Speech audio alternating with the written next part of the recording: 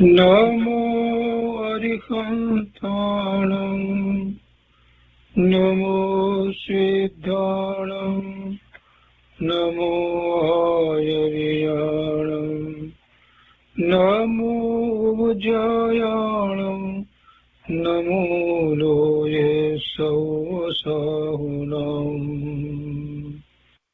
અસપંચનમોકારો સર્વપાવપનાશનો મંગલાણં ચ સૌર્ચે પરમં મંગલમ અજ્ઞાનતિમિરંધાના જ્ઞાનાંજનશલાકયા ચક્ષુન્મીલિतं येन તસ્મૈ શ્રીગુરવે નમઃ મુખાદિવ્યાકુક્ષિરત્નં શબ્દજિતવર્યાત્મજં શ્રીરાજચંદ્રયહું વંદે તત્વલોચનદાયકં પ્રભુતત્વલોચનદાયકં.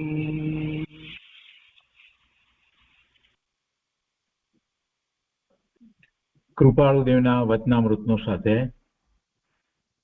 એમાં આપણે 20મા વર્ષના પત્રોનો સ્વાધ્યાય કરી રહ્યા છીએ. 24 પત્ર સુધી સ્વાધ્યાય કર્યો છે. હજી આગળ 25મો પત્ર લઈએ છીએ. આ 25મો પત્ર કોઈની ઉપર લખાયો એ ખબર નથી.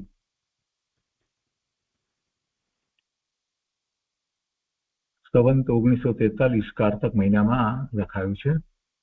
કૃપાળુદેવ આમાં એક પછી એક વચનામૃત લખે છે ક્રમમાં. એમાં લખે છે, પહેલું, પ્રમાદને લીધે આત્મા મળેલું સ્વરૂપ ભૂલી જાય છે. પ્રમાદને લીધે આત્મા મળેલું સ્વરૂપ ભૂલી જાય છે. સમ્યક દર્શન ભમી જાય છે એ વાત આપણે કરીએ છીએ ત્યારે આ વાત વિચારવા જેવી છે. પ્રમાદ જ, બીજું કોઈ કારણ નથી. પ્રમાદ એટલે આત્માને ભૂલી જવો, એનું નામ જ પ્રમાદ છે. બીજી રીતે પણ પ્રમાદની વ્યાખ્યા આપણે જ્યારે કરીએ છીએ ને તો એમ કહીએ છીએ કે ભલે એ બીજું બધું કામ કરતો હોય, ગમે તેટલું 14 કલાક કે 16 કલાક કામ કરતો હોય તો પણ આત્માનો વિચાર નથી કરતો તો એ પ્રમાદી છે. અને અહીંયા પ્રમાદને લીધે આત્મા મળેલું સ્વરૂપ ભૂલી જાય છે. એમાં એમ જ લેવાનું છે કે આત્મા સિવાય બીજી વાતમાં એ ગયો, આત્મા સિવાય બીજી વાતમાં ગયો એટલે પ્રમાદ. તો શું કરવું? આખો દિવસ આત્મા કેવી રીતે થાય? ખાવું, પીવું, નોકરી ધંધા બધા કરવા કે નહીં કરવા? કોઈને પ્રશ્ન થાય આવો કે શું કરવું? તો પછી એ રીતે તો અમારે તો પ્રમાદ જ થઈ જાય છે. તો કે વાત એમ જ છે, પ્રમાદ જ છે. મુખ્યતા આત્માની રહે અને બીજા બધા કાર્ય થાય. મુખ્યતા આત્માની રહે, દરેક સમયે મુખ્યતા આત્માની રહે અને બધા કાર્યો થાય તો પ્રમાદ નથી. અને એમાં કેટલો બધો લાભ થાય, કેમ કે જે કાર્ય થાય એનું કરતા પણ ન હોય. આત્માનું જેને લક્ષ્ય રહેતું હોય ને કાર્ય થાય તો એને એમ છે કે કાર્ય તો એના કારણે થાય છે, હું કાર્ય ક્યાં કરું છું? હું તો ભગવાન આત્મા છું. કાર્ય થાય અને એના ફળનો વિચાર કરે તો પણ એને એમ થાય કે જે ફળ આવવાનું છે તે આવવાનું છે, હું ભગવાન આત્મા, મારે એની સાથે શું સંબંધ છે? એટલે એમ દરેક વસ્તુમાં પોતે પોતાપણે રહે છે, આત્મા પણ રહે છે. ત્યારે કેટલાય પ્રકારે શાંતિ થઈ જાય છે. વાત થાય, બધું થતું હોય, પણ તે વખતે અંદરમાં એમ છે કે આ બધું ઠીક છે, હું તો ભગવાન આત્મા એનાથી જુદો છું. એટલે જે વાત થાય છે એમાં કોઈ તીવ્રતા એવી થતી નથી ને કર્મના બંધ પણ એવા નથી પડતા. એમ આત્માને આપણે યાદ રાખવાનો છે. અને કોઈક પ્રકારે એવો દોષ થઈ ગયો હોય અથવા તો એવો કષાય થયો હોય, તીવ્ર કષાય થઈ ગયો હોય તો તરત જ આપણે ક્ષમા ક્યારે માગી શકીએ? કે આપણને આત્માનું લક્ષ્ય થાય તો હું ભગવાન આત્મા અને આવા વિચારો, આવા કષાયો, આ બધું મને ન હોય એમ કરી અને પોતે એ જ વખતે પ્રતિક્રમણ કરે, પાછો વળે, પાછો ફરે, ક્ષમા માગે. એટલે આમ ચાલ્યા કરે તો એને પ્રમાદ છે જ નહીં. કામ થાય છે તો થાય છે, કામ અટકાવી દેવાની કઈ જરૂર નથી. આપણે વારંવાર વાત કરીએ છીએ કે ભાઈ આ તો ફૂલ ટાઈમ છે, આમાં પાર્ટ ટાઈમ ના ચાલે. એનો અર્થ એમ નથી કે બીજા કામ ધંધા છોડી અને આવી જવું, એમ કઈ આવી શકાતું નથી. કેમ કે મન છે ને, મન ચંચળ છે અને મનની અંદર સ્મૃતિમાં ઘણું બધું પડ્યું છે. તો એ છોડીને આવી જશે તો એ કઈ આત્માનું લક્ષ્ય કરશે એમ નથી. પણ આત્માની રુચિ એવા પ્રકારની થવી જોઈએ કે હું તો ભગવાન આત્મા જ છું, હું તો શુદ્ધ જ છું, હું પરિપૂર્ણ જ છું, હું આત્મા જ છું, અને મને આ બધી અપરિણામ થાય છે એ કઈ મારું સ્વરૂપ નથી, આ પરિણામ મારા ન હોવા જોઈએ. એમ સતત જેને ભાવના રહેતી હોય, એવી રુચિ રહેતી હોય, એને પ્રમાદ નથી. એને પ્રમાદ નથી. પ્રમાદનો અર્થ એવો નથી થતો કે કામ ધંધો ન કરવો, કઈ રસોઈ પાણી ન કરવા, કઈ કરવું નહીં ને બસ આત્મામાં બેસી જવું. એવું થઈ શકતું નથી. એવું થઈ શકતું નથી. એવું ક્યારે થાય? સમ્યક દર્શન થાય અને પછી સખત એટલી બધી રુચિ રહે ત્યાર પછીથી એ શ્રાવક થાય કે પછી મુનિ થાય ત્યાર પછીથી એ વાત તો બને. એટલે આખી વસ્તુને સમજવા જેવી છે. અને કૃપાળુદેવ કહે છે કે એ પ્રમાદને લીધે આત્મા મળેલું સ્વરૂપ ભૂલી જાય છે. પ્રાપ્ત થયેલું હોય અને એવા પ્રમાદમાં પડી જાય, બીજા કાર્યોમાં પડી જાય, એટલે કે બીજે ક્યાંક એને રુચિ થાય છે. પ્રમાદમાં થાય છે શું? પ્રમાદમાં એ કઈ બેસી રહે છે એમ નથી. એનું મન તો કાર્ય કરે જ છે ને, એટલે વિકલ્પો તો એને ઉઠે જ છે. એટલે બીજે ક્યાંક એ રુચિમાં પડી જાય છે અને બીજી વસ્તુની રુચિ થાય છે. એટલે જે એને પ્રાપ્ત કર્યું છે, જે એચીવ કર્યું છે, એ બધું ગયું. એ બીજી રુચિમાં ગયો તો પછી એના માટેના પ્રયત્ન કરશે, એનો પુરુષાર્થ કરશે, ઊંધો પુરુષાર્થ કરશે. પ્રમાદને લીધે આત્મા મળેલું સ્વરૂપ ભૂલી જાય છે. બહુ સરસ વાત મૂકી છે. બીજું, જે કાળે જે કરવાનું છે તેને સદા ઉપયોગમાં રાખ્યા રહો. જે કાળે જે કરવાનું છે તેને સદા ઉપયોગમાં રાખ્યા રહો. હવે તો કોઈને એમ લાગે આ તો સામાન્ય વાત છે, જે કરવાનું છે ખ્યાલમાં રાખો, એવી વાત થઈ. અરે ભાઈ, કૃપાળુદેવ લખે છે, કઈ સામાન્ય વ્યક્તિ થોડી લખે છે. એનો અર્થ શું? જે કાળે જે કરવાનું છે તેને સદા ઉપયોગમાં રાખ્યા કરો. કરવાનું શું છે? કરવાનું શું છે?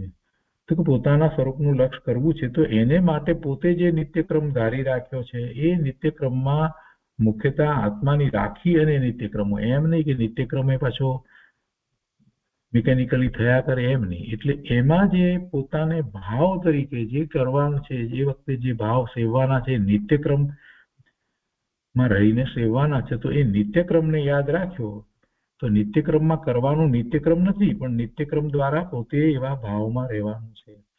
આત્માના ભાવમાં, એવા સ્વરૂપની પ્રાપ્તિ માટેના ભાવમાં એવા સાધક થઈને રહેવાનું છે. એટલે એમ જે કરવાનું છે તેને યાદ રાખવાનું છે. જે કાળે જે કરવાનું છે તેને સદા ઉપયોગમાં રાખ્યા રહો. ભૂલી જશો તો સમય વીતી જશે, પછી પાછો એ કઈ સમય આવવાનો નથી. જે ગયો તે ગયો, ફરી સમય મળતો નથી. ત્રીજું, ક્રમે કરીને પછી તેની સિદ્ધિ કરો. બહુ સરસ રીતે વાત ક્રમ જ બતાવી દીધો છે. જે કરવાનું છે તે યાદ રાખી અને શું કરવાનું છે? પરમાર્થે પોતાના સ્વરૂપની પ્રાપ્તિ કરવાની છે. કેવી રીતે પ્રાપ્તિ કરવાની છે? તો અનુભૂતિ કરી અને પ્રાપ્તિ કરવાની છે. કેવી રીતે અનુભૂતિ કરવાની છે? તો તત્વનો નિર્ણય કરીને, સ્વવિકલ્પ દશાની અંદર તત્વનો નિર્ણય કરીને, તો તત્વ કેટલા છે, શું છે, એમાં તત્વ મારું તત્વ છે કે નહીં, એનો નિર્ણય કરવાનો છે. તે વિશે મારે કેટલા શાસ્ત્રોનો અભ્યાસ કરવાનો છે. આ બધું એક પછી એક ક્રમમાં એ ઉપયોગમાં રાખ્યું છે, એ ખ્યાલમાં રાખ્યું છે, એ અંદર બરાબર રાખ્યું છે કે આ જ કરવાનું છે, આમ જ માર્ગ છે, બધું નક્કી કર્યું છે. તો પછી ક્રમે કરી પછી તેની સિદ્ધિ કરો. ઉપયોગ એવો રહ્યો હશે, એ વાત ઉપયોગમાં રાખી હશે, એટલે સ્મૃતિમાં રાખી હશે તો સિદ્ધિ થશે ને. એટલે એવો પુરુષાર્થ થશે અને સિદ્ધિ થશે ને. પણ હવે દિશા શૂન્ય બની અને જે આવ્યા એના પ્રવચનો સાંભળી લીધા. જે કોઈએ કહ્યું કે આ પુસ્તક વાંચો તો વાંચી લીધું, તો એમાં કાંઈ થવાનું નથી. કરવાનું નક્કી હોય અને એ વાત અંદરમાં રમતી હોય, એનો ક્રમ પણ નક્કી હોય, અને તો જ સિદ્ધિ થાય. એમને એમ સિદ્ધિ થતી નથી. અમે કરીએ છીએ, અમે રોજ દેવ દર્શન કરીએ છીએ, પૂજા કરીએ છીએ, અને આ મારા સાહેબે આ ચોપડી આપી છે વાંચવાની, એટલે અમે વાંચીએ છીએ, બસ. એમાં તો કાંઈ થવાનું નથી ભાઈ. જે કરવાનું છે એ તો નક્કી કર. જે કાળે જે કરવાનું છે એનો નિર્ણય કરવો પડે, અને એ સદાય ઉપયોગમાં રાખ્યા રહો. એટલે એને સ્મૃતિમાં રાખી અને એ કરવાનું છે, અને પછી ક્રમે કરી અને પછી તેની સિદ્ધિ કરો. બીજું ને ત્રીજું બંને સાથે છે. એ પછી ચોથું છે અલ્પ આહાર, અલ્પ વિહાર, અલ્પ નિદ્રા, નિયમિત વાચા, નિયમિત કાયા અને અનુકૂળ સ્થાન એ મનને વશ કરવાના ઉત્તમ સાધનો છે. મોટી વાત છે. મનને વશ કર્યા વિના કાંઈ થતું નથી. એક વિષય મળ્યો છે અને એમાં રુચિ છે તો મન ત્યાં રોકાઈ રહે છે. પછી એ વિષયમાંથી બહાર નીકળે એટલે મન અનેક પ્રકારે અનેક વિકલ્પમાં ચાલ્યું જાય. મનને વિષયોનો કોઈ તોટો નથી, કેમ કે ઇન્દ્રિય જ્ઞાન દ્વારા જે વિષયોને જાણે છે, જે રીતે જાણે છે, બધા વિષયમાં મન જવાનું છે. બધા વિષયમાં 5 ઇન્દ્રિય છે અને દરેક ઇન્દ્રિયના કેટલા વિષયો, અને દરેક વિષયની અંદર મન જાય. હવે એ મન ક્યાંથી નવરું પડે? અને મન નવરું ન પડે અને એમાં રોકાઈ રહ્યો હોય તો ઉપયોગ તો બહાર જ રહે કે બીજે ક્યાંય રહેવાનો છે? બહાર જ રહે છે ઉપયોગ. તો બધા જ વાત એ કરે છે કે મનમાં વિકલ્પો આવ્યા કરે છે, મન ચંચળ છે, આ તે બધું બરાબર, તો મનને સ્થિર કરો, આવી પણ ઉપદેશ પણ આપે છે. પણ મનને સ્થિર કરવું કેવી રીતે? કૃપાળુદેવે અહીંયા વાત બતાવી છે. પહેલી દ્રષ્ટિએ આપણને એમ લાગે કે અલ્પ આહાર ને અલ્પ વિહાર ને આ બધું કરવાથી મન વશ થાય. અલ્પ આહાર, અલ્પ વિહાર, અલ્પ નિદ્રા, નિયમિત વાચા એટલે વાણી, ને નિયમિત કાયા અને અનુકૂળ સ્થાન, તો એનાથી મન વશ થાય. શાંતિથી વિચાર કરીએ તો ખ્યાલ આવે છે કે મન ચલિત થાય છે, અને મનની ચંચળતાનો વિચાર કરીએ છીએ તો એમાં એ ઇન્દ્રિયોના વિષયો તરફ વળી જાય છે ને. તો એ ઇન્દ્રિયોના વિષયો જેમાં સમાયા છે એ બધી વાતમાં એ સીમા નક્કી કરી નાખે તો સહેલું થાય. એટલે આહાર વિશે અલ્પ આહાર કહ્યું એટલે પછી આહારની બધી વાતમાં એને કંઈક સીમા નક્કી કરવી પડે, એના પ્રકારની અપેક્ષાથી કે બીજી રીતે. અલ્પ આહારનો અર્થ ઓછો આહાર એટલી જ વાત નથી અમથી. અલ્પ આહાર એટલે ઓછો આહાર એમ નહીં. આપણે તો વ્યવહારમાં તો અલ્પ આહારનો અર્થ નાસ્તો એમ કરીએ છીએ. અહીંયા એની વાત નથી. અલ્પ આહારનો અર્થ શું થાય? ઓછો આહાર માત્ર એટલી વાત નથી, પણ એ આહાર સંબંધી જે અનેક પ્રકારના વિકલ્પો આવો આવો આવો આવો આ બધું જે છે એ પણ સાથે ઘટવા જોઈએ તો અલ્પ આહાર કહેવાય. માત્ર માત્રામાં આહાર ઘટાડી દઈએ તો એથી કઈ વાત બને એમ નથી. મનથી આહાર અલ્પ થવો જોઈએ. એટલે અનેક પ્રકારના આહાર જે છે એની વૃદ્ધિ ટળી જવી જોઈએ. ભલે ને આહાર લીધો તો ભૂલી જઈએ, આ શું ખાધું તું કાલે એ યાદ ના આવે, એનું નામ ખરેખર તો અલ્પ આહાર. અહીંયા તો વૃત્તિ અપેક્ષા એ અલ્પ આહાર સમજવાનો છે. એકલો અલ્પ આહાર માત્ર એમ નહીં, વૃત્તિ અપેક્ષા એ અલ્પ આહાર એટલે આહારમાં બધી રીતે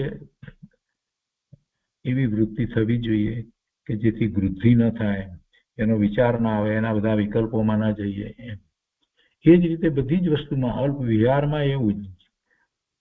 અલ્પ વિહાર એટલે બહુ ક્યાંય જવું નહીં, એટલાથી કઈ મન વશ થઈ જાય એમ નહીં. તો ઘરમાં બેઠો હોય તો મનના ઘોડા તો દોડ્યા કરે. પણ વિહારમાં પણ એમ જ અર્થ લેવાનો કે ભલે બહાર ઓછો જાય એટલું નહીં, પરંતુ જવાનો વિકલ્પ જ ઘટી જાય. અલ્પ વિહારનો અર્થ એ થાય જ્યાં બીજે જગ્યાએ દૂર દૂર જવા કરવાના જે વિકલ્પો જે અંદરમાં અને એના આયોજનો આ બધું જે છે એ બધું ઘટે તો અલ્પ વિહાર કહેવાય. એ જ રીતે અલ્પ નિંદ્રા માટે પણ સમજી લેવાનું. ઉજાગરો કરવાનું કોઈ કહેતું નથી. અલ્પ નિંદ્રા એટલે નિંદ્રા જેટલી જોઈએ એટલી લેવી જોઈએ. નિયમિત પાણી, નિયમિત વાચા, નિયમિત કાયા, એ બધા અને એ રીતે સમજવામાં આવે. અને અનુકૂળ સ્થાન, તો અનુકૂળતા એટલે કેવી અનુકૂળતા? પરમાર્થે પોતાના સ્વરૂપમાં જવા માટે ની અનુકૂળતાની અહીંયા તો વાત છે, બીજી કોઈ બાહ્યમાં અનુકૂળતાની વાત નથી. અનુકૂળ સ્થાન એટલે કઈ રીતે અનુકૂળ સ્થાન? બધા ગાદી તકિયા બરાબર હોય, પંખા એસી બધું ચાલતું હોય બરાબર, તો એ અનુકૂળ સ્થાન કહેવાય? ના, જ્યાં શાંતિ હોય, જ્યાં વાતાવરણ એવું હોય કે જ્યાં આપણને બીજા વિકલ્પો આવે નહીં, વિચારો આવે નહીં, એવું અનુકૂળ સ્થાન હોવું જોઈએ. મનમાં કોલાહલ મચવા માટે કોઈ ગુફામાં જતા રહીએ તો મનનો કોલાહલ શાંત થઈ જાય, એમ બનતું નથી. પણ એવું ઘરમાં જ એવું વાતાવરણ હોય, કોઈક રૂમ હોય કે જ્યાં પોતે એવી સાધના કરતા હોય આખું, તો એમ અનુકૂળ સ્થાન લેવાનું છે. અનુકૂળતા તો પરમાર્થે પોતાને ધ્યાન કરવું છે, આરાધના કરવી છે, એ અપેક્ષાથી અનુકૂળ સ્થાન જોવાનું છે. તો એ બધાને કારણે શું થશે કે વિકલ્પો ઘટશે, અને વિકલ્પો ઘટશે અને મન જે છે તે વશમાં રહેશે, અને મન વશમાં રહેશે તો જ પછી કામ આગળ થશે, નહીતર નહીં થાય. કેમ કે આપણે એમ કહીએ છીએ કે મનોગુપ્તિ, વચનગુપ્તિ ને કાયગુપ્તિ, આ જૈન દર્શન સિવાય આવી મનોગુપ્તિ, વચનગુપ્તિ અને કાયગુપ્તિની વાત બીજા દર્શનમાં છે જ નહીં. અને કેટલાય લોકો તો એને માનતા નથી કે મન કેવી રીતે, મનની ગુપ્તિ કેવી રીતે થાય, મન તો ગુપ્ત થાય જ નહીં. એમ એવી વાત નથી. મનોગુપ્તિ, વચનગુપ્તિ ને કાયગુપ્તિ કોઈ એક ઘડી કાઢેલી વાત નથી, તો જીનેશ્વર ભગવાનની વાણીમાં આવેલી વાત છે. એ તો આગમમાં આપણને જોવા મળે છે. મનોગુપ્તિ, વચનગુપ્તિ, કાયગુપ્તિની વાત તો કઈ અમસ્તી વાત થોડી છે. તો મન ને ગુપ્ત કરવું છે. મન તરીકે રહે છે અને છતાંય એનાથી પોતે જુદા પડવું છે, અને જુદો પડશે તો નિર્વિકલ્પ ધ્યાન થશે. તો એનો અર્થ એ થયો કે મનને વશ કરવું છે, એટલે કે મનમાં નકામા બીજા વિકલ્પો કોઈ ઉઠે નહીં, એમ મનને વશ કરવું છે. અને એને માટે આ બીજી બધી વાત જે કહેવામાં આવી એ આ રીતે કાર્યકારી થાય છે. પાંચમું છે, શ્રેષ્ઠ વસ્તુની જિજ્ઞાસા કરવી એ જ આત્માની શ્રેષ્ઠતા છે. શ્રેષ્ઠ વસ્તુ કઈ? આપણને કોઈ વસ્તુ મૂલ્યવાન લાગતી હોય, બીજાને ના લાગતી હોય. દરેકને જેમાં રસ હોય એનું મહત્વ લાગે. તો શ્રેષ્ઠ વસ્તુની વ્યાખ્યા કેવી રીતે કરવી? શ્રેષ્ઠ વસ્તુની જિજ્ઞાસા કરવી એ જ આત્માની શ્રેષ્ઠતા છે. એટલે શ્રેષ્ઠ વસ્તુ તો પોતાનું શુદ્ધ સ્વરૂપ એ જ શ્રેષ્ઠ છે. એની જિજ્ઞાસા કરવી એ જ આત્માની શ્રેષ્ઠતા છે. બીજી કોઈ વસ્તુ જગતમાં શ્રેષ્ઠ નથી. પોતાનું શુદ્ધ સ્વરૂપ છે એ સર્વશ્રેષ્ઠ છે. અને જેને શુદ્ધ સ્વરૂપ પ્રગટ કર્યું છે, પૂર્ણપણે પ્રગટ કર્યું છે, એવા સિદ્ધ પરમાત્મા એ શ્રેષ્ઠ છે. અને એ જ દશા જેમની થવાની છે એવા આર્યન પરમાત્મા શ્રેષ્ઠ છે. શ્રેષ્ઠ વસ્તુની જિજ્ઞાસા કરવી એ જ આત્માની શ્રેષ્ઠતા છે. કદાપી તે જિજ્ઞાસા પાર ન પડી તો પણ જિજ્ઞાસા તે પણ તે જ અંશવત છે. પોતાના સ્વરૂપની જિજ્ઞાસા, શ્રેષ્ઠ વસ્તુની જિજ્ઞાસા કરી અને એવી વસ્તુ સ્વરૂપની પ્રાપ્તિ કરવામાં કદાચ કોઈક રીતે પુરુષાર્થ ઓછો પડ્યો તો એ તેની જિજ્ઞાસા જે હતી, જેવી અનુભૂતિની, એ પાર ન પડી તો પણ કહે છે કે કઈ વાંધો નહીં, તને એ જિજ્ઞાસા છે તો તને એનો અંશ એ રીતે તો પ્રાપ્ત થયો છે. એ જિજ્ઞાસા તે પણ તે જ અંશવત છે. જિજ્ઞાસામાં તને એની જિજ્ઞાસા થઈ છે એટલે એનું લક્ષ્ય છે, એની રુચિ છે. અને જેટલા અંશે એની રુચિ છે, એનું લક્ષ્ય છે, એને પ્રાપ્ત કરવાની ભાવના છે, એટલા અંશે બીજા બધા ની ભાવના ઘટી જાય છે. બીજી વસ્તુ પ્રાપ્ત કરવાની ભાવના ઘટી જાય છે. એટલે એમ વૈરાગ્ય થાય છે, એમ બીજા પ્રત્યે ઉદાસીનતા થાય છે. બીજા બધા પ્રત્યે ઉદાસીનતા કેળવવાનો રસ્તો આ જ છે. શ્રેષ્ઠ વસ્તુની જિજ્ઞાસા કરીએ તો એને માટેનો પુરુષાર્થ ઉપડે, ભલે કદાચ પૂરીપૂરી પ્રાપ્ત ન થાય તો પણ. એટલે આપોઆપ બીજી બધી વસ્તુ જે છે એના તરફનો રાગ ઘટી જાય, ઉદાસીનતા આવે, અને એ જરૂરી છે. એ પછી છઠ્ઠું છે, નવા કર્મ બાંધવા નહીં અને જૂના ભોગવી લેવા એવી જેની અચળ જિજ્ઞાસા છે તે પ્રમાણે વર્તી શકે છે. અંદરમાં એમ હોવું જોઈએ, નવા કર્મ બાંધવા નહીં, પણ એમ તો બનશે નહીં. પૂર્ણપણે સંવર એટલે એમાં આશ્રવ થાય જ નહીં એવી દશા થવી એ કોઈ સામાન્ય વાત નથી, એ સામાન્ય પુરુષાર્થ નથી. નવા કર્મ બાંધવા નહીં. હવે નિર્ણય એવો કર્યો કે ના, હવે કર્મ ન બંધાય એમ જ વર્તવું છે, તો પછી એનો ઉપાય શું? આશ્રવ ન થાય એનો ઉપાય શું?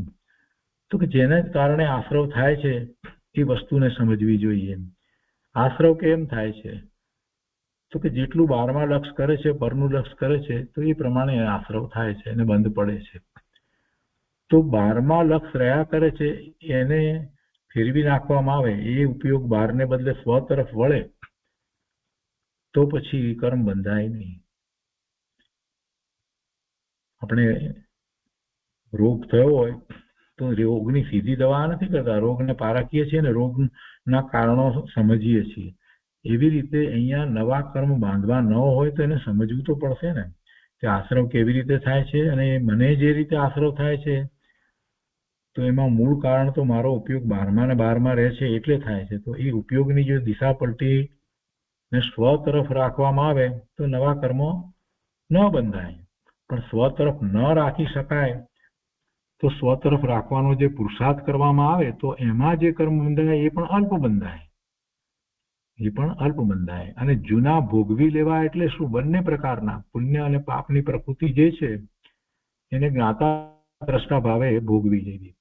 ભોગવીનો અર્થ અહીંયા એમ છે, બીજું કઈ ભોગવવાનું છે જ નહીં. ભોગવી લેવા એટલે જેવા આવ્યા હોય એને જ્ઞાતા દ્રષ્ટા ભાવે રહેવું. દુઃખના સંયોગો આવ્યા હોય કે હર્ષના સંયોગો આવ્યા હોય તો પણ એની સાથે ન જોડાવું, કેમ કે હવે એ તો સંયોગ આવવાના જ છે. પૂર્વના કર્મ હતા, દેહમાં આવ્યા તો પછી શું કરવાનું? ભોગવી લેવા એટલે કે સહન કરી લેવા, એના કારણે વિચલિત ન થવું. અનુકૂળતાના એવા લક્ષ્મી વધારે મળી એવું તેવું થયું હોય તો પણ એમાં અભિમાન વગેરે ના કરવા, એને કારણે આવી છે તો એને કારણે જશે. અને દુઃખના એવા આવ્યા હોય તો પણ ઠીક છે, પૂર્વે ભાવ એવા કર્યા, એવા સંયોગ આવ્યા, એમ સમભાવે એને જોવા, એમ સંભાવે ભોગવી લેવા, તો નવા કર્મ ન બંધાય. કેમ કે નવા બાંધવા નથી ને, એટલે બે વસ્તુ જોઈશે ને. નવા ન બાંધવા માટે પોતે એવું લક્ષ બદલવું, સ્વ તરફનું લક્ષ વધારવું, અને આ જે ઉદય આવ્યા છે તો એને જ્ઞાતા દ્રષ્ટા ભાવે ભોગવવા. બે વાત થઈ. અને કે છે કે એવી જેની અચળ જિજ્ઞાસા છે તે પ્રમાણે વર્તી શકે છે. એવી જેની અચળ શ્રદ્ધા છે, અહીંયા જિજ્ઞાસાનો શ્રદ્ધા કહો, રુચિ કહો, એવી ભાવના કહો, તો એવી જેની અચળ જિજ્ઞાસા છે તે પ્રમાણે વર્તી શકે છે, એ એમ કરશે જ.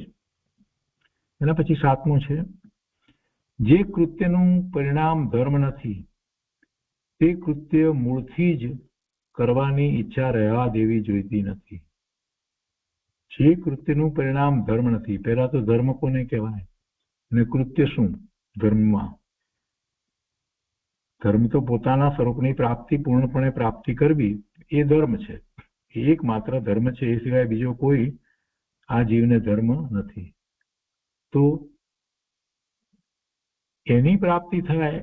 હવે એની પ્રાપ્તિ માટે થઈ અને જે કંઈ થઈ રહ્યું હોય એવું કૃત્ય થતું હોય તો બરાબર છે, એવું કાર્ય થતું હોય તો બરાબર છે. પણ એ સિવાયના કાર્યો જે કંઈ થતા હોય કે જેમાંથી ધર્મમાં ન જવાતું હોય, સ્વરૂપની પ્રાપ્તિના પુરુષાર્થમાં એ મદદરૂપ ન થતા હોય, કોઈ રીતે પોતાની ચિંતા વ્યગ્રતા ઘટાડી અને પોતાને શાંત ચિત્તથી ધ્યાનમાં જે અનુકૂળ ન થતા હોય એવા બધા કાર્યો જે છે એ નકામાના કાર્યો છે.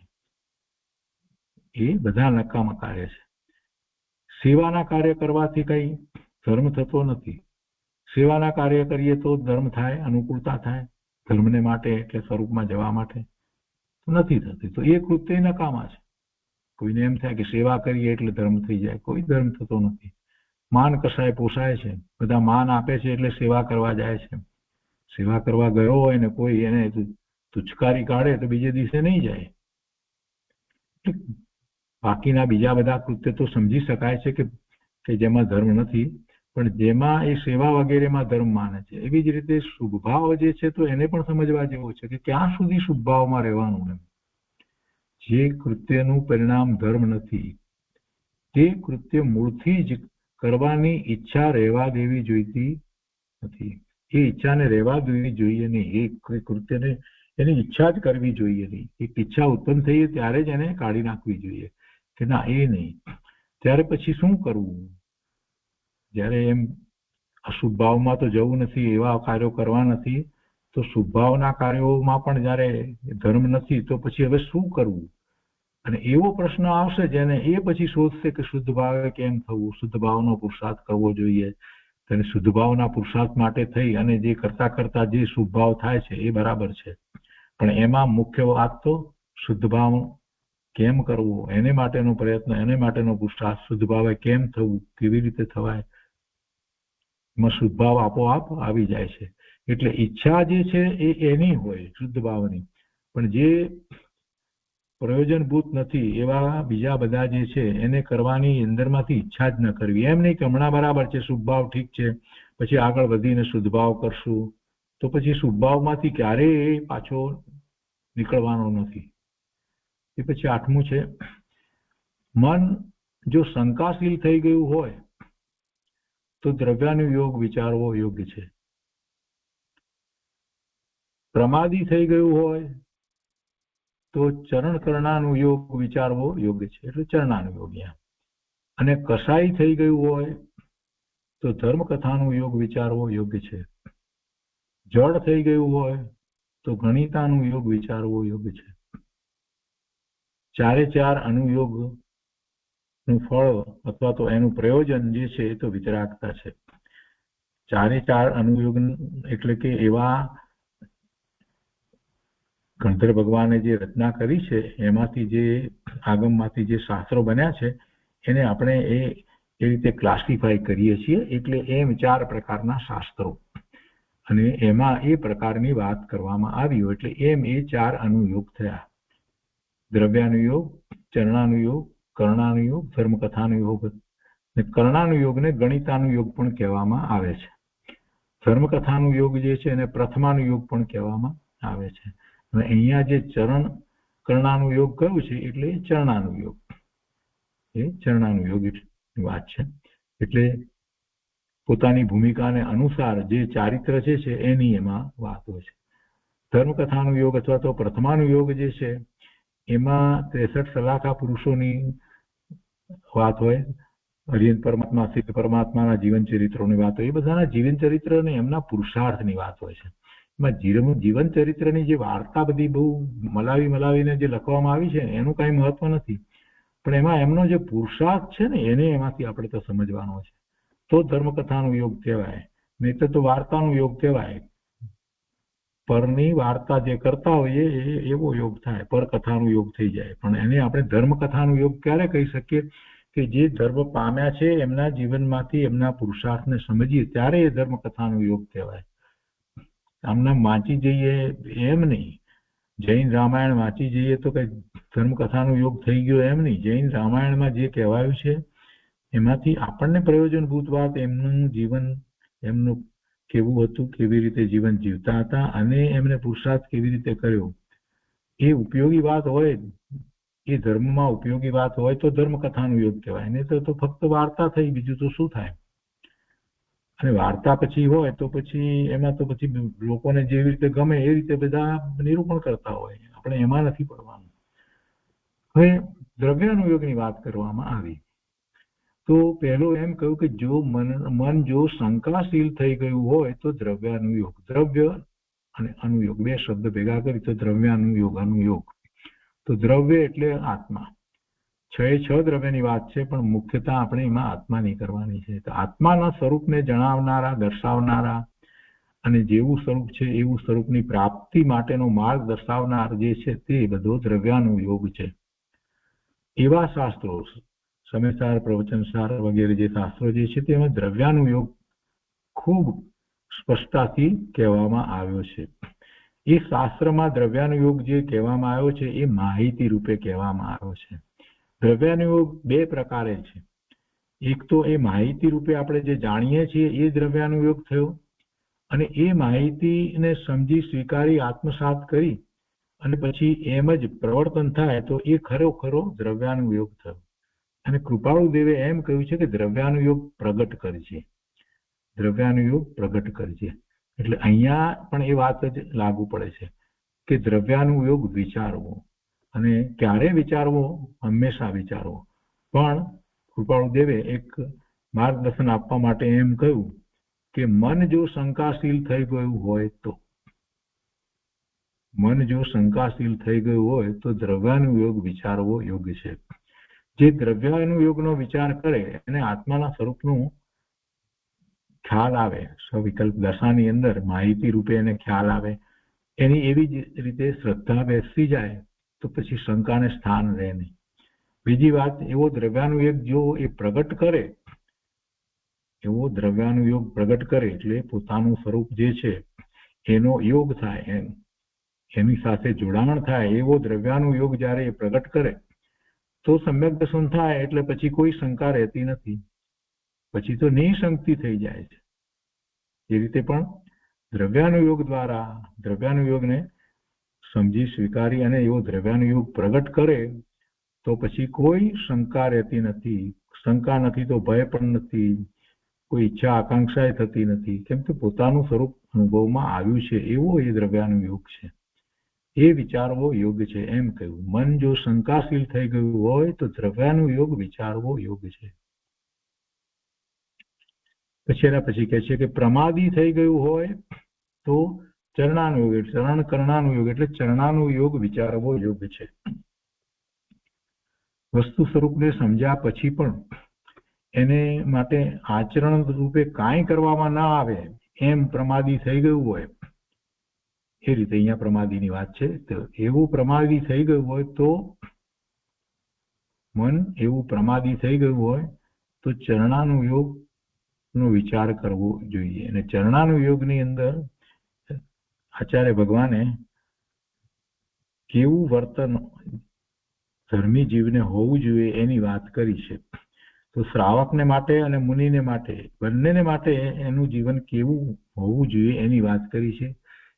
એમાં નિયમોની વાત કેટલીક કરવામાં આવી છે, એમાં વ્રતની વાત કરવામાં આવી છે, એમાં તપની વાત કરવામાં આવી છે, અને એ પણ બંને અપેક્ષાથી, બાહ્ય અને અભ્યંતર અપેક્ષાથી એ જે કઈ વાત કરવામાં આવી છે ચરણાનુયોગ, અને એનો વિચાર એટલે સમજપૂર્વક એવો ચરણાનુયોગનું આચરણ થાય ત્યારે એને ચરણાનુયોગ પ્રગટ કર્યો એમ કહેવાય. માત્ર ચરણાનુયોગનું શાસ્ત્ર વાંચી જાય, રત્નકર્ણક શ્રાવક આચાર વાંચી જાય કે પદ્મનંદી પંચવિસંતિ વાંચી જાય, પણ એમાં કયા પ્રમાણે કાંઈ પણ કરે નહીં તો પછી એને ચરણાનુયોગનો કાંઈ વિચાર થયો જ નથી. વિચારવો એટલે માત્ર કંઈ વાંચી જવો કે આમાં આમ છે ને આના આમ છે એમ અર્થ નથી થતો. વિચારવાનું પ્રયોજન શું છે એને અમલમાં મૂકવા માટે વિચારવાનું કેવું છે. તો પ્રમાદી થઈ ગયેલું મન એને પછી એને ઉત્સાહ આવશે કે ના, આવો પ્રમાદ મને શોભે નહીં, અને દરેક જે વાત કરવામાં આવી છે જે વ્રત વગેરેની એ વિશે એ ઉત્સાહિત થઈ જાય. બીજાઓ મુનિને આવા વ્રત હોય, મુનિને આવા મહાવ્રત હોય, શ્રાવકને આવા 12 વ્રત હોય, આ બધી વાત જયારે વિચારે ત્યારે થાય કે ઓહો, આટલું બધું આ રીતે છે તો હું શું કરું છું, અને એમાંથી એને પ્રેરણા પ્રાપ્ત થાય અને પછી એ વ્રત વગેરે અંગીકાર કરી લે. એટલે ચરણાનુયોગની વાત કરવામાં આવી છે. પોતપોતાની ભૂમિકા અનુસાર એની વાત કરવામાં આવી છે કે તું સમ્યક દ્રષ્ટિ થયો હોય તો પદ્મનંદી પંચવિસંતિની અંદર એમ કરીને વાત કરવામાં આવી. જો તું સમ્યક દ્રષ્ટિ હો તો પછી તું આમ કરજે. એમાં હંમેશા ઉપદેશાત્મક કથનો હોય. ચરણાનુયોગની અંદર જે કથન છે એ બધા ઉપદેશાત્મક કથન છે, એ કરવા માટે છે, એ આચરવા માટેનો આચાર્ય ભગવાન આપણને ઉપદેશ આપે છે, એની આજ્ઞા આપે છે. એટલે એનો વિચાર કરવો યોગ છે. એટલે પ્રમાદ ચાલ્યો જાય. એના પછી ત્રીજું છે કે મન કસાય થઈ ગયું હોય, એટલે કસાય બહુ થતા હોય તો ધર્મ કથાનું યોગ વિચારવો. એટલે ક્રોધ, માન, માયા, લોભ એ બધા કસાયો, સ્ત્રીવેદ, પુરુષવેદ, નપુંસક વેદ, હાસ્ય, શોક, ભય, જુગુપ્સા, રતિ, અરતિ, આ બધા જે છે તે કષાય છે. એ કષાય ભાવ ખૂબ રહેતા હોય તો એને આ પ્રથમાનું યોગની જે કથા જે છે એ જીવન ચરિત્રો બધાના એને વિચારી અને એમાંથી બોધપાઠ મેળવવો જોઈએ. અને એમ કરતા મન શાંત પડી જાય અને પોતાને ખ્યાલ આવે કે આ બધા મને જે કષાયો જે છે મને હોય નહીં, હોવા ન જોઈએ. મહાપુરુષોના જીવનમાંથી પ્રેરણા પ્રાપ્ત થાય અને ધર્મ તરફ પડી જાય. અને પછી જે ચોથું લીધું છે, જડ થઈ ગયું હોય, મન જડ થઈ ગયું હોય તો ગણિતાનો યોગ વિચારવો યોગ છે. આ વસ્તુ જે છે ને થોડીક આપણને વિરોધાભાસી લાગે, પણ કૃપાળુદેવે વિચારપૂર્વક એ વાત મૂકી છે. જે જળ જેવું મન થઈ ગયું હોય, એ કાંઈ વસ્તુમાં રસ ન લે, જળ જેવો થઈ ગયો હોય, એને આ કર્ણાનુયોગની વાત જે છે એ વિચારવા બેસે તો કેવી રીતે બનશે? તો કે એટલા માટે જ કહ્યું છે. કર્ણાનુયોગની વાત જેમાં કર્મ વગેરેની વાત આવતી હોય, આ જગતનું સ્વરૂપ જે છે એ જૈન ભૂગોળની વાત આવતી હોય, આ બધી જે વાત આવતી હોય, સૂક્ષ્મ વાતો બધી એમાં કેટલી બધી આવતી હોય, તો એનો જ્યારે એ વિચાર કરવા બેસે તો એ મન પછી એમાં એને રસ પડે એટલે પછી એ મન એક પ્રકારે એવું ઉત્સાહિત થઈ જાય, એને એવી સ્ફૂર્તિ લાગે કે આ રીતે કર્મ, આ રીતે જગતનું સ્વરૂપ, જૈન ભૂગોળ, આ રીતે આ બધું એનો એ બધો વિચાર જ્યારે આવે, આ સાત પૃથ્વી ને પાતાળ ને આ નરક ને આ દેવલોક ને આ બધી જ વાત એમાં આવી જાય. ગણિતાનુયોગની વાત ને કર્મની બધી પ્રકૃતિઓ અને કર્મની પ્રકૃતિના કેવી રીતે કર્મની પ્રકૃતિ બંધાય ને એના ફળ શું આવે, આ બધો વિચાર કરવા માંડે તો પછી આખી વાત એવી થઈ જાય કે એમાં જ આવી જાય. એટલે એમાં આવી જાય અને મન જે છે એ જળ જેવું રહેતું હતું, કઈ રસ ન પડે આમ કોઈ વસ્તુમાં, એ હવે એટલું બધું ઉત્સાહિત થઈ જાય કે પછી તો ધર્મની વાતમાં આવી જાય. અને એમાં કર્ણાનુયોગમાં કર્મની વાત ને કર્મના સિદ્ધાંતોને જ્યારે જીવ સમજે છે ને ત્યારે પછી એને એમ થાય છે કે આવા કર્મ મને પણ હશે ને, મને આવું થઈ રહ્યું છે તેનો અર્થ કે મેં પૂર્વે આવા ભાવ કર્યા હોવા જોઈએ, માટે આવા કર્મના ઉદયો મને વર્તે છે. પછી તો એમાં એ લાગી જાય. એટલે ગુરુદેવ કૃપાળુદેવે જે આ રસ્તો બતાવ્યો છે ને કે જળ થઈ ગયું હોય તો ગણિતાનુયોગ વિચારો, એ બહુ સરસ વાત કરી છે. એ પછી 9મું છે, કોઈ પણ કામની નિરાશા ઈચ્છવી, પરિણામે પછી જેટલી સિદ્ધિ થઈ તેટલો લાભ, આમ કરવાથી સંતોષી રહેવાશે. કોઈ પણ કામની નિરાશા ઈચ્છવી એટલે નિરાશા ઈચ્છવી એટલે કે એનામાં એમ આશા ન કરવી કે આમ થઈ જાય, આમ થઈ જાય, પછી એમ નહીં થાય તો પછી બહુ દુઃખ લાગે, એવું ન થાય એટલા માટે કે જેટલું થશે એટલું, એમ એની આશા એમ ન પકડવી કે આમ કરીએ છીએ આશા રાખીને કરવું. આપણને લૌકિકમાં એવું શીખવાડવામાં આવે છે. કૃપાળુદેવ એનો માર્ગ બતાવે છે, કેમ કે જીવો વિચલિત થઈ જાય છે, જે ધાર્યું હોય એ પ્રમાણે કાર્ય નથી થતું ને એટલે કોઈ પણ કામની નિરાશા ઈચ્છવી, એમાં આશા ઈચ્છવી નહીં કે આમ થાય ને આમ થાય ને તેમ થાય, એવી આશા ના ઈચ્છવી. પરિણામે પછી જેટલી સિદ્ધિ થઈ તેટલો લાભ, જેટલી સિદ્ધિ થઈ એટલો લાભ, ઓછું થઈ તો ઓછો પણ લાભ જ ને છેવટે, નુકસાનનો વિચાર નથી થતો. એમ આમ કરવાથી સંતોષી રહેવાશે. હવે એને ઉદાહરણ દ્વારા આપણે સમજીએ. આપણે એમ નક્કી કર્યું હોય કે મારે આટલા શાસ્ત્રોનો અભ્યાસ આ વર્ષની અંદર કરવો, 5 શાસ્ત્રોનો અભ્યાસ મારે આ વર્ષની અંદર કરવો છે, એમ નક્કી કર્યું. હવે એટલું બધું કાર્ય ન થઈ શકે, પણ પહેલેથી જ રાખવું જે મારે કરવો છે, જેટલું થઈ શકે એટલો કરવો છે, નથી કરવો એમ પણ નહીં, થાય તો ઠીક છે એમ પણ નહીં, પણ એમાં 5 ને બદલે 4 થાય, 4 શાસ્ત્રોનો અભ્યાસ થાય તો પણ એટલી સિદ્ધિ થઈ એટલો તો લાભ જ છે ને. અરે 2 શાસ્ત્રોનો થયો તો પણ લાભ જ છે ને. તો એને લીધે થઈને એવું ના થાય કે પોતે કંઈ કરી નથી શક્યો, એમ એવો વિકલ્પ એને અંદરમાં ના ઉઠે. પોતે ધાર્યું એટલું ન થયું એવા વિકલ્પોમાં જશે તો આર્ત ધ્યાન થશે, એટલે એવા કોઈ આર્ત ધ્યાન વગેરે ન થાય અને પછી નિરાશા ન થાય. એટલે પહેલેથી જ એમ કે છે કે કોઈ પણ કામની નિરાશા ઈચ્છવી, આશા ને બહુ મજબૂત કરી અને આ કાર્યની શરૂઆત ન કરવી. પરિણામે પછી જેટલી સિદ્ધિ થઈ તેટલો લાભ, અને આમ કરવાથી સંતોષી રહેવાશે. અસંતોષ જ્યાં સુધી હોય ત્યાં સુધી અસંતોષ હોય ત્યાં સુધી જીવ કાંઈ ધર્મ કરી શકતો નથી. એને એ વાતનો સંતોષ પ્રાપ્ત કરવાનો જ પ્રયત્ન થયા કરે અને એના વિચારોમાં એની શાંતિ હણાઈ જાય. એટલે સંતોષ મોટી વસ્તુ છે અને સંતોષનું જો ઊંચું સ્વરૂપ સમજવું હોય તો કૃત્યતા. સંતોષ જે છે એનાથી આગળ વધીએ તો આપણને એમ થાય કે બસ બધું જ પ્રાપ્ત છે, તો એ કૃત્ય થયા એમ કહેવાય. તો એ કૃત્ય થયા. અહીંયા તો સંતોષની વાત કરી છે, પણ આપણે તો છેવટે જે કંઈ છે, જે કંઈ આપણને પ્રાપ્ત છે, બહારમાં જે કંઈ પ્રાપ્ત છે એમાં પણ આપણને સંતોષ છે. અને સ્વરૂપ તરફ વળીએ છીએ અને જે કંઈ અનુભૂતિ થાય છે તો તેમાં આપણને કૃત્ય છે એવો ભાવ થાય છે. એમાં સંતોષ નથી હોતો, પણ બધું જ મળી ગયું છે છતાંય પાછા આગળ વધીએ છીએ તો કૃત્ય ભાવ એમને એમ વધતો જ જાય છે.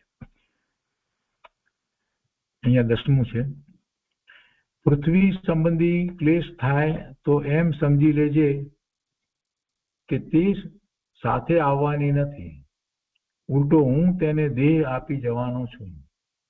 આ જગ્યાના બધા હોય છે ને ઝઘડા, આમ પોતે જગ્યા ખરીદી હોય ને બીજા એની ઉપર હક જમાવી દીધો હોય ને કોઈ એવું બધું થતું હોય છે ને. મોટા ભાગના ઝઘડા એના જ હોય છે ને. રાજાઓ મહારાજાઓ બધા ઝઘડા કરતા હતા, લડાઈ કરતા હતા એને માટે જ ને, પોતાના રાજ્યનો વિસ્તાર કરવા માટે જ ને. એટલે બધું પૃથ્વી સંબંધી કહેવાય ને. એટલા ગામના ગામ લઈ લેવા હોય એવી રીતે અત્યારે વર્તમાનમાં એ જ ચાલી રહ્યું છે. એક દેશને બીજા દેશના પ્રદેશો પચાવી પાડવા છે એવી રીતે.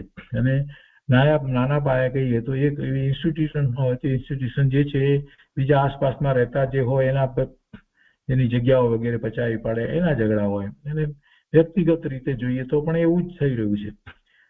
જે પ્લોટ હોય એમાંથી આ પ્લોટની જયારે પછી એ મકાન બાંધે ત્યારે કંઈક થોડીક પેલા બાજુવાળાના પ્લોટની જગ્યા દબાવી દે, એના ઝઘડા હોય ને.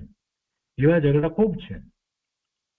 તો કે છે કે એ પૃથ્વી સંબંધી ક્લેશ થાય તો એમ સમજી લેજે કે તે સાથે આવવાની નથી. એ ક્યાં સાથે આવવાની છે?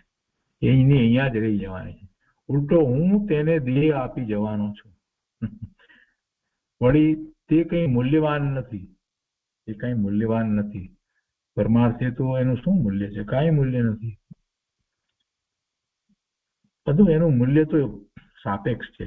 એની એ જ જમીન જે છે, જે પાણીના ભાવે લીધી હોય અને વર્ષો ગયા પછી એ બાજુ કંઈક એવું ડેવલપમેન્ટ થાય તો એ સોનાના ભાવે થઈ જાય.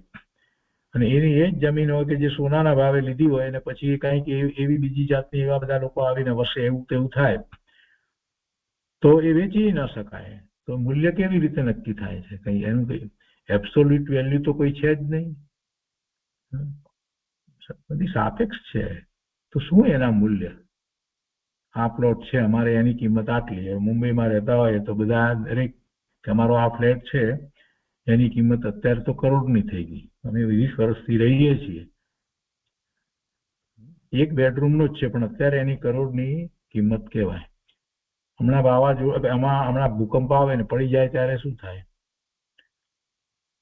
એટલે એ બધી વાતો છે એ બધી સાપેક્ષ છે. એટલે એના ખરેખર મૂલ્ય નથી. અહીંયા કૃપાળુદેવ કહે છે વાત બરાબર, એકદમ બેસી જાય એવી વાત છે. શું કહે છે? પૃથ્વી સંબંધી ક્લેશ થાય તો એમ સમજી લેજે કે તે સાથે આવવાની નથી, ઉલટો હું તેને દેહ આપી જવાનો છું. વળી તે કંઈ મૂલ્યવાન નથી. હવે એ પછી બીજી વાત કરે છે કે સ્ત્રી સંબંધી ક્લેશ શંકા ભાવ થાય તો આમ સમજી અન્ય ભોગતા પ્રત્યે હસજે કે તે મળમૂત્રની ખાણમાં મોહી પડ્યો. જે વસ્તુનો આપણે નિત્ય ત્યાગ કરીએ છીએ તેમાં એ મળમૂત્રની ખાણમાં એ મોહી પડ્યો. એના સંબંધી પહેલાના વખતમાં બધા જો ને કેટલા બધા યુદ્ધો તો સ્ત્રી માટે થયા છે. ધન સંબંધી નિરાશા કે ક્લેશ થાય તો તે ઊંચી જાતના કાંકરા છે એમ સમજી સંતોષ રાખજે. એ ક્યાં મારી સાથે આવવાના છે? ધન સંબંધી નિરાશા કે ક્લેશ થાય તો તે ઊંચી જાતના કાંકરા છે એમ સમજી સંતોષ રાખજે. અને ક્રમે કરીને તો તું નિષ્પૃહ થઈ શકીશ. ધન સંપત્તિ ચાલી જવી, ધન સંપત્તિ લૂંટાઈ જવી, એ વખતે શાંતિ જળવાઈ રહે, સંભાવ રહેવો એ ખરેખર અઘરું છે. પણ જ્ઞાની ધર્મી સમ્યક દ્રષ્ટિને એ સહેલું છે. કેમ કે એને આત્મા સાથે કોઈ સંબંધ નથી. એ સંયોગી ચીજ છે અને સંયોગની ચીજ છે તો સંયોગનો વિયોગ થવાનો જ છે. સંયોગનો વિયોગ ન થાય એવું બનતું જ નથી. અને સંયોગનો વિયોગ થવાનો હતો તો થયો, એટલે એને કાંઈ ફેર પડતો નથી. અને એમ એ નિસ્પૃહી થઈ શકે છે. એ પછી 11મું છે, તેનો તું બોધ પામ કે જેનાથી સમાધિ મરણની પ્રાપ્તિ થાય. સમાધિ મરણની પ્રાપ્તિ થાય એવો બોધ તું પામ, એનો બોધ તું પામ. એ બોધ. સમાધિ મરણ તો સમ્યક દ્રષ્ટિને થાય. સમાધિ મરણ કોને થાય? સમ્યક દ્રષ્ટિ હોય તો સમાધિ મરણ થાય. સંથારો એ જુદી વસ્તુ છે અને સમાધિ મરણ પણ જુદી વસ્તુ છે. સમાધિ મરણ સમ્યક દ્રષ્ટિને થાય. એને આત્માનું સ્વરૂપ અનુભવમાં આવ્યું છે અને જગતના પદાર્થો તરફની ઉદાસીનતા છે. ભલે વ્રત વગેરે અંગીકાર ન કર્યા હોય તો પણ જેને સ્વરૂપની દ્રષ્ટિ થઈ રહી છે એને જ્યારે મરણકાળ હોય એ વખતે એની લેસ્યાએ બદલાઈ જાય. શુભ લેસ્યામાં એ દેહને છોડે છે અને એને સમાધિ મરણની પ્રાપ્તિ થાય છે. તો એવા સમાધિ મરણ માટેનો બોધ શું? તો કે સમ્યક પ્રાપ્તિનો જે બોધ છે એ જ બોધ સમાધિ મરણની પ્રાપ્તિનો બોધ છે. એ પછી 12મું છે, એકવાર જો સમાધિ મરણ થયું તો સર્વ કાળના અસમાધિ મરણ ટળશે. એકવાર સમાધિ મરણ થયું એનો અર્થ જ એ છે કે સમ્યક દ્રષ્ટિ હતો. સમ્યક દ્રષ્ટિ હતો તો જ સમાધિ મરણ થયું. તો જે સમ્યક દ્રષ્ટિ હતો એને આ ભાવમાં સમાધિ મરણ થયું તો એ સમ્યક દ્રષ્ટિ જે છે એ ભવિષ્યમાં એની ગતિ અત્યારે મનુષ્યમાં હતો તો દેવમાં થઈ અને દેવમાં હતો તો મનુષ્યમાં થઈ. સમાધિ મરણ થયું તો પછી પણ હવે એ સમ્યક દ્રષ્ટિ તો રહ્યો ને, તો એવો એ સમ્યક દ્રષ્ટિ છે એને વધારે ભાવ હોતા નથી. એટલે એને સર્વકાળના અસમાધિ મરણ જે છે એ ટળશે. હંમેશ માટેના મરણ જ ટળી જશે. અને બીજી રીતે જોઈએ તો એમ પણ થાય છે કે એના પછી પણ સમ્યક દ્રષ્ટિ જ રહેવાનો છે તો એને સમાધિ મરણ જ થશે. પછી જેટલા ભાવ થશે એ બધા સમાધિ મરણના જ થશે. અસમાધિ મરણ ટળશે. તો અસમાધિ મરણ ટળે તો શું લાભ? સમાધિ મરણ થાય તો શું લાભ છે? અસમાધિ મરણ ટળે એનો અર્થ જ એ થાય છે કે એ એવી ગતિમાં નથી જવાનો. સમ્યક દ્રષ્ટિ છે અને એને વધુ ભાવ નથી. સમાધિ મરણ થયું એનો અર્થ એ થયો કે સમ્યક દ્રષ્ટિ છે એને વધુ ભાવ નથી. એના પછી છેલ્લું 13મું છે, સર્વોત્તમ પદ સર્વ ત્યાગીનું છે. સર્વોત્તમ પદ સર્વ ત્યાગીનું છે. જેણે સર્વ ત્યાગ કર્યો છે એનું પદ સર્વોત્તમ છે. ત્યાગ તો બધા કરે છે, ઘરબાર છોડીને મુનિ થઈ જાય છે તો એનું પદ સર્વોત્તમ કહેવાય કે ન કહેવાય? શું કે સર્વ ત્યાગ તો સર્વમાં શું આવે? બાહ્યમાં જે હતું એ તો સંયોગને કારણે હતું, એ ત્યાગ તો થયો. તો બીજું શું છે? તો કે બીજું જે કાંઈ છે આત્માની અનુભૂતિ સિવાય બીજું જે કાંઈ છે એ બધાનો ત્યાગ, શુભભાવ વગેરે બધાનો જ્યારે ત્યાગ થઈ ગયો છે અને માત્ર શુદ્ધ ભાવે જે પરિણમે છે તો એ સર્વોત્તમ પદ છે. એ સર્વ ત્યાગીનું પદ છે. સર્વ ત્યાગ એટલે નિશ્ચયથી અને વ્યવહારથી સર્વ ત્યાગનો અર્થ સમજવાનો છે. નિર્ગ્રંથ મુનિનો અર્થ આપણે જેમ બંને રીતે કહીએ છીએ કે વ્યવહારથી નિર્ગ્રંથપણું એટલે આ બધા પરિગ્રહનો ત્યાગ, અને નિશ્ચયથી જ્યારે એમ કહીએ નિર્ગ્રંથપણું કહીએ છીએ તો બધા કષાયોનો ત્યાગ. તો એવી રીતે અહીંયા તો એનાથી પણ આગળ વધીને વાત છે. સર્વ ત્યાગ એટલે પછી કોઈ બીજી વાત રહેતી નથી. સ્વભાવ જે છે એ પણ આવી જાય તો એનો પણ ત્યાગ. જે પોતાનું નથી એ બધાનો જેને ત્યાગ થઈ ગયો છે એ પદ સર્વોત્તમ પદ છે. એ અર્યંત દશા છે. તો એ રીતે આ 25મો અંક છે એ અહીંયા પૂરો થાય છે અને આજનો સ્વાધ્યાય પણ આપણે અહીંયા સુધી રાખીએ છીએ.